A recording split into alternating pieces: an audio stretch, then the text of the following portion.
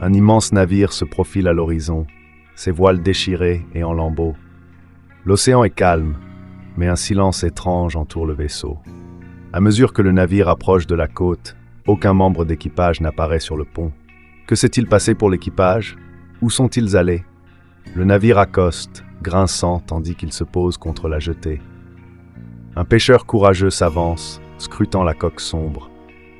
Le nom du navire est peint en lettres délavées, le Sea Phantom. La curiosité à son comble, le pêcheur monte à bord de ce vaisseau fantomatique. Il découvre des effets personnels éparpillés, mais aucun signe de vie. Un journal de bord du capitaine est ouvert sur la table, ses pages frémissant. La dernière entrée parle d'une tempête, d'une étrange lumière et de peur.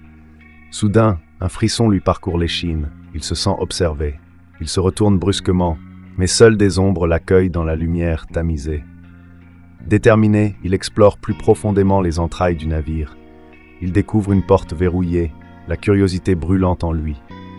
D'une profonde inspiration, il la force et révèle une chambre obscure.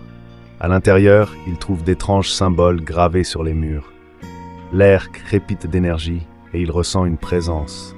Soudain, des silhouettes fantomatiques apparaissent, piégées dans une boucle intemporelle. Elles tendent la main, leur visage tordu par l'angoisse et le désespoir. Le pêcheur comprend qu'il s'agit des âmes perdues de l'équipage. Il recule, la peur lui en serrant le cœur. Il se précipite sur le pont, désespéré de fuir le navire. Alors qu'il saute sur le quai, le navire commence à trembler. Les figures fantomatiques hurlent, leur voix résonnant dans la nuit. Le navire frémit violemment, comme s'il était vivant et en colère.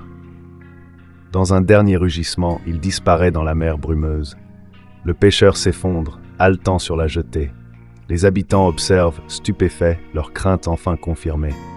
Le Sea Phantom est un vaisseau d'âme perdu, à jamais maudit.